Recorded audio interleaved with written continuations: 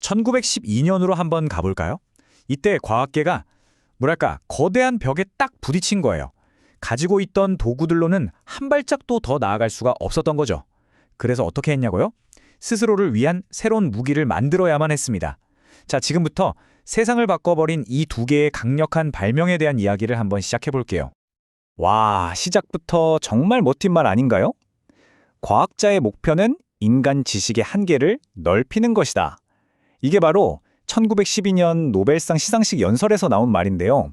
오늘 우리가 다룰 이야기의 핵심을 정말 정확하게 꿰뚫고 있는 문장이라고 할 수 있겠죠. 그런데 말이죠. 바로 여기서 이런 질문이 생기는 겁니다.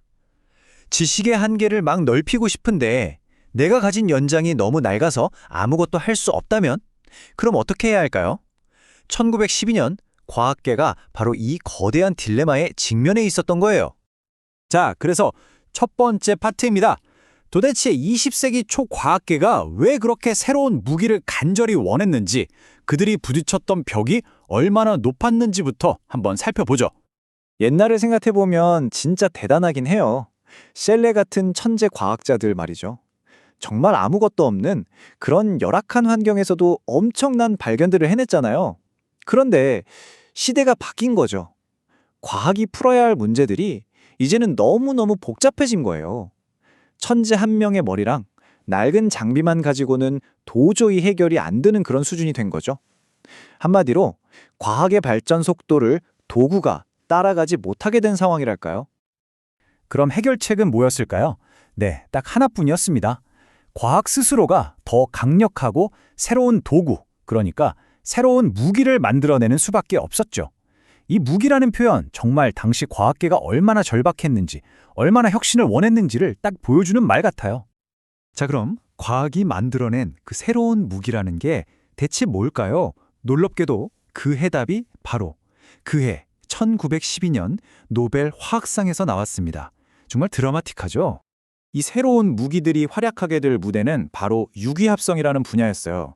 이게 뭐냐면 아주 간단하게 말해서 탄소를 뼈대로 하는 분자들을 인공적으로 만드는 기술이에요. 지금 우리가 쓰는 약, 플라스틱, 온갖 새로운 소재들 전부 다 이 유기합성에서부터 시작된 거라고 보시면 됩니다. 정말 중요하죠. 이 유기합성의 역사를 보면요. 1828년에 씨앗이 뿌려져서 1900세기 후반에 정말 폭발적으로 성장하거든요. 마치 모든 게 딱 한순간을 향해 달려가는 것처럼요. 그리고 마침내 1912년 두 명의 과학자가 나타나서 이 분야 전체를 완전히 다른 세상으로 이끌어버릴 그런 혁신적인 방법을 딱 들고 나옵니다. 네, 바로 이 두 분이 오늘 이야기의 주인공입니다. 과학의 무기고를 채울 엄청난 도구를 발명한 빅토르 그리냐르, 그리고 폴 사바티에. 자, 그럼 이분들이 뭘 만들었는지 한번 하나씩 뜯어볼까요? 자, 먼저 빅토르 그리냐르부터 시작해볼게요. 이 사람의 발명품은요, 비유하자면 화학계의 맥가이버 칼 같은 거였어요. 정말 어디에나 쓸 수 있는 놀랍도록 다재다능한 만능 도구였죠. 그리냐르가 만든 게 바로 그리냐르 시약이라는 건데요. 이름은 좀 어려워 보이지만 핵심은 간단해요. 분자를 조립하는 만능 열쇠라고 생각하시면 돼요. 이 열쇠만 있으면 예전에는 정말 너무너무 어려웠던 탄소 원자들을 서로 딱딱 붙이는 일을 아주 쉽게 할 수 있게 된 겁니다. 과정도 진짜 놀랍도록 간단해요. 마그네슘으로 이 특별한 시약을 만들잖아요? 그 다음에 이걸 우리가 원하는 다른 분자랑 그냥 섞어주기만 하면 끝이에요. 그럼 마치 레고 블록 착착 조립하듯이 새로운 분자가 뚝딱 하고 만들어지는 거죠. 정말 신기하죠? 이게 왜 그렇게 혁명적이었냐면요. 이유가 명확해요. 일단 과정이 간단하죠. 재료비도 싸죠. 결과물도 잘 나오죠. 그런데 진짜 이건 게임 체인저다 싶었던 건 바로 적용 범위였어요. 이 도구 하나만 있으면 당시 알려져 있던 거의 모든 유기화학 분야의 문을 다 열어버릴 수 있었던 거예요. 그야말로 진짜 만능 열쇠였던 거죠. 자, 그럼 이제 두 번째 주인공 폴 사바티에로 넘어가 볼까요? 이분의 방법은 키워드가 좀 달라요. 바로 안전, 그리고 효율입니다. 사바티에가 개발한 방법은 촉매수소화 반응이라는 건데요. 쉽게 말해서 아주 고운 금속 가루를 중매쟁이로 쓰는 거예요. 이 중매쟁이, 즉 촉매를 이용해서 유기분자의 수소를 착 달라붙게 만드는 기술이죠.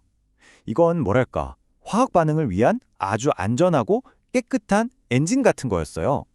이것도 방법이 아주 깔끔합니다. 일단 금속 가루를 준비하고요. 우리가 원하는 물질을 수소랑 같이 이 금속 가루 위로 쓱 하고 흘려보내기만 하면 반응이 저절로 일어나는 거예요. 복잡한 거 하나도 없이 아주 효율적으로 원하는 결과를 얻을 수 있었던 거죠. 이 방법의 장점도 아주 확실했어요. 간단하고 결과물도 많이 나왔죠. 그런데 여기서 제일 중요한 진짜 결정적인 장점은 바로 안전이었습니다. 그전까지 쓰던 방법들은요, 이게 잘못하면 뻥 하고 터지는 심각한 폭발 사고로 이어질 만큼 위험했거든요.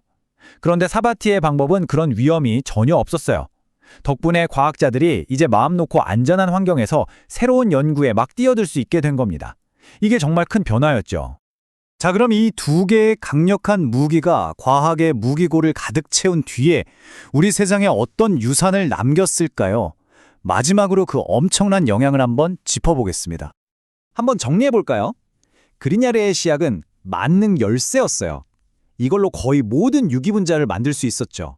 그리고 사바티의 방법은 믿음직한 엔진이었습니다. 반응을 안전하고 효율적으로 이끌어줬죠. 이 두 개의 무기야말로 과학의 무기고를 가득 채우고도 남을 만큼 정말 강력했습니다. 그리고 이 영향력은 그냥 실험실 안에만 머물지 않았어요. 당시 노벨상 연설을 보면요, 이 유기합성 기술로 만들어진 산업 가치가 이미 수십억 파운드에 달한다고 나와요. 지금 돈으로 환산하면 정말 어마어마한 액수겠죠? 이 발명들이 인류에게 얼마나 큰 경제적인 가치를 안겨줬는지 알 수 있는 부분입니다. 이런 위대한 발견들 뒤에는 결국 이런 단단한 과학적 철학이 있었던 것 같아요. 모든 것의 기초는 선입견 없는 정확하고 엄격한 관찰이다. 사바티에가 남긴 이 말은 시간이 아무리 흘러도 모든 과학자들의 마음에 깊은 울림을 주는 것 같습니다. 자, 보세요. 100여 년 전에 나온 이 두 개의 도구가 지금 우리가 사는 세상을 만들었습니다. 그렇다면 지금 이 순간에도 어딘가의 실험실에서 만들어지고 있을 새로운 무기들은 앞으로 100년 뒤의 세상을 또 어떻게 바꿔놓을까요? 그 미래를 상상해보는 건 이제 바로 우리들의 몫이겠죠.